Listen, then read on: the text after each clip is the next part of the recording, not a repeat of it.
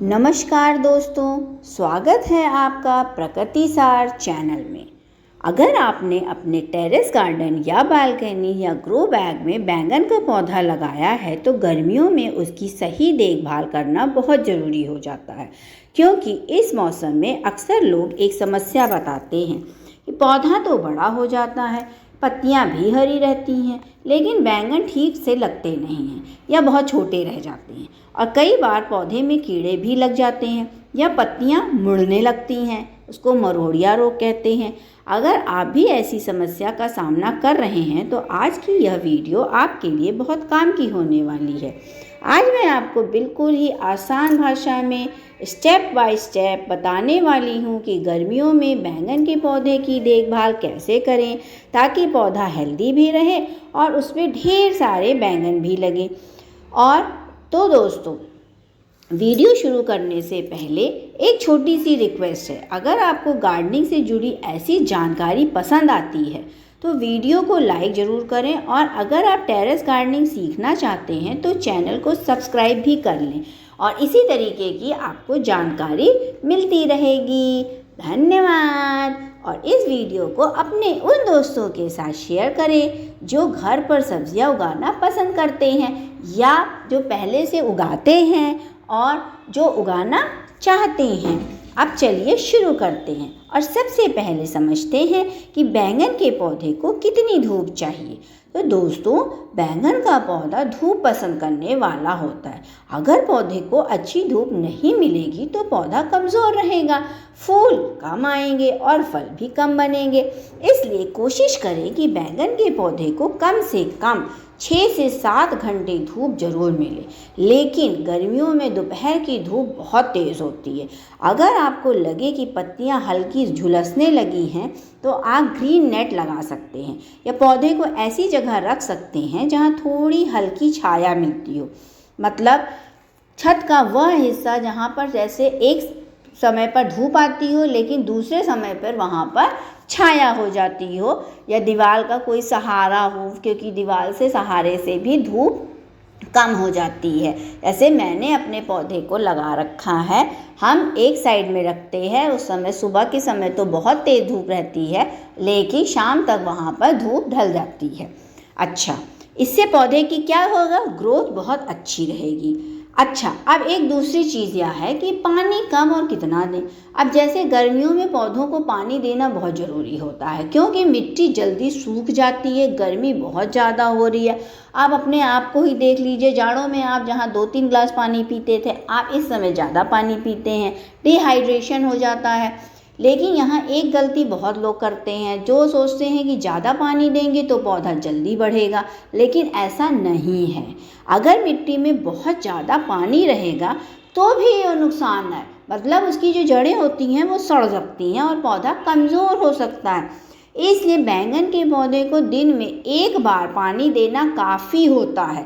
पानी देने का सबसे अच्छा समय है सुबह, या तो आप सुबह अर्ली मॉर्निंग जल्दी दीजिए या आप शाम को 6-7 बजे के बाद दीजिए। और कोशिश करें कि पानी सीधे मिट्टी में जाए, पत्तियों पर ज़्यादा ना पड़े। अच्छा, मिट्टी और ग्रो बैग का सही साइज़। अब बैंगन के पौधे के लिए ग्रो बैग कौन सा लें और कौन से साइज़ का लें। जैसे मैंने तो अपने जो है बैंगन के पौधे लगाए हैं बोरी के कट्टे में, जो राइस की बोरी होती है या जो उसके आटे की जो बोरी होती है, आटा आता है, उसमें मैंने लगा रखा है।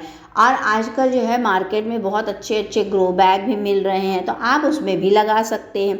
अगर आप टेरेस गार्डन में बैंगन उगा रहे हैं तो ग्रो बैग का जो साइज़ होता है वो बहुत ज़रूरी होता है, क्योंकि अगर आपने बहुत छोटा ग्रो बैग लिया तो आपका पौधा तो अच्छा रहेगा, ग्रीन भी रहेगा, लेकिन उसमें फूल और फल नहीं आएंगे। तो बैंगन के पौधे के लिए सबसे अच्छा साइज़ होता है 12x12 या 15x15। अब बात करते हैं मिट्टी की। सबसे अच्छा सॉइल मिक्स कैसा होता है। जो बैंगन का पौधा होता है उसमें जो गार्डन सॉइल होती है, गार्डन सॉइल का मतलब होता है बगीचे की मिट्टी, नॉर्मल मिट्टी, और उसमें हम कंपोस्ट डाल सकते हैं, जैसे वर्मी कंपोस्ट या गोबर की सड़ी हुई खाद, या आप कोकोपीट मिला सकते हैं। कोकोपीट से क्या होता है कि पानी रोकने की क्षमता अच्छी रहती है। अगर आपके पास वैसे कोकोपीट नहीं है तो आप सूखी पत्तियां डाल सकते हैं। आपके पास सूखी पत्तियां भी नहीं है तो आप धान की भूसी डाल सकते हैं। धान की भूसी और सूखी, जो आजकल देखिए पतझड़ का मौसम चल रहा है, आप सूखी पत्तियां बहुत मिल सकती हैं। अगर आप नहीं हैं तो आप जो आपका किचन वेस्ट होता है, आप उस किचन वेस्ट को सुखा करके भी, इससे क्या होगा, हमारी जो मिट्टी होती है वो भुरभुरी रहती है, मिट्टी हल्की रहती है और हमारे छत पर ज़्यादा लोड भी नहीं पड़ता है। तो इस तरीके का आप उसकी मिट्टी बनाइए, इससे मिट्टी हल्की रहती है, पौधे को न्यूट्रिशन भी मिलता है। और आपके पास अगर नीम की खली है तो आप थोड़ा सा उसमें भी मिला दीजिए, और राख, जैसे उपले की राख, कंडे की राख, लकड़ी की राख, वो मिला दीजिए। हल्दी थोड़ी सी, 1 चुटकी हल्दी, चूना मिला सकते हैं।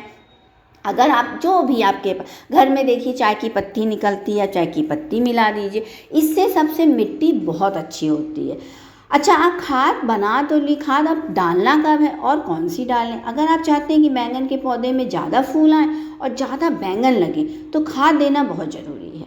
जैसे हर 10 से 15 दिन में पौधे को ऑर्गेनिक फर्टिलाइज़र देना चाहिए, क्योंकि देखिए हम जो है अपना जो बैंगन का पौधा लगा रहे हैं वो ग्रो बैग में लगा रहे हैं, मतलब ज़मीन में नहीं है। तो ज़मीन में अगर नहीं है तो ज़मीन से जो है पौधे ऑटोमेटिक अपना जो है न्यूट्रिशन ले लेते हैं, लेकिन हमें ग्रो बैग में लगा रहे हैं, उसको एक्स्ट्रा कहीं से भी जो है न्यूट्रिशन नहीं मिल रहा है। तो जितना हम उसको देंगे उतना ही उसको मिलेगा। तो हर 15 से 20 दिन, 1 महीने में आप एक रूटीन बना लीजिए, एक चार्ट बना लीजिए कि आज मैंने ये दिया है तो 15 दिन के बाद मुझे एक दूसरी खाद देनी है। अच्छा, खाद को आप बदलते रहिए, जैसे अगर इस 15 दिन आज मैंने ये लिक्विड फर्टिलाइज़र दिया है तो नेक्स्ट टाइम हम गोबर की खाद दे दीजिए, या उसके बाद नेक्स्ट टाइम आप वर्मी कंपोस्ट दे दीजिए। इस तरीके से दीजिए, एक ही खाद आप बार बार रिपीट मत करिए।